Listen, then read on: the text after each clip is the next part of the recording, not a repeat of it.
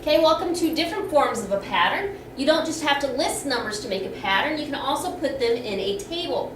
So when we want to write the rule of the pattern for this pattern and find the 37th number in the pattern, when we have a table, your term number is going to be basically the x side. We used to do in algebra, that was your x value and this was your y value.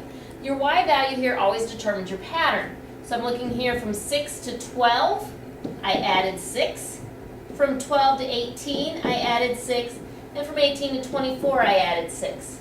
So again, that tells me that my A equals a positive 6. And again, remember my B is what number would happen before the first term.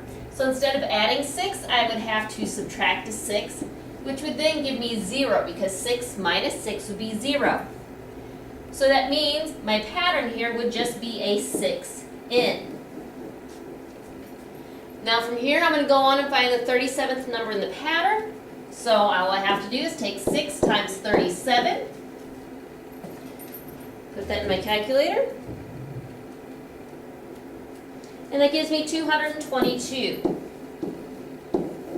So if I kept going on with this pattern, the 37th term would be 222. The last form of a pattern we have is a geometric pattern. So here we have some pictures. We don't have any numbers, but yet we still need to write a rule. So let's look at what they want to know. Write the rule that represents the number of squares in each step. Then find the number of squares in step 9.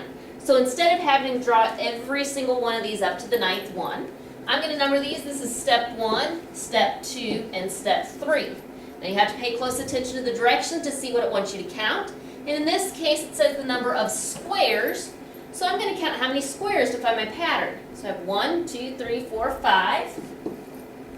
1, 2, 3, 4, 5, 6, 7, 8 in that one. And 1, 2, 3, 4, 5, 6, 7, 8, 9, 10, 11. So my pattern is going to be determined again by the number of squares. That's what we're counting. So again, from 5 to 8, I added 3. From 8 to 11, I added 3. So my A is going to equal 3. And then again, my B is the number that happened before the first term. So instead of adding 3, I'm going to subtract 3 from the 5, which would give me a positive 2. So my B is 2. And that means the rule for this geometric pattern would be 3n plus 2. Again, last thing, I want to find how many squares would be in that 9th term.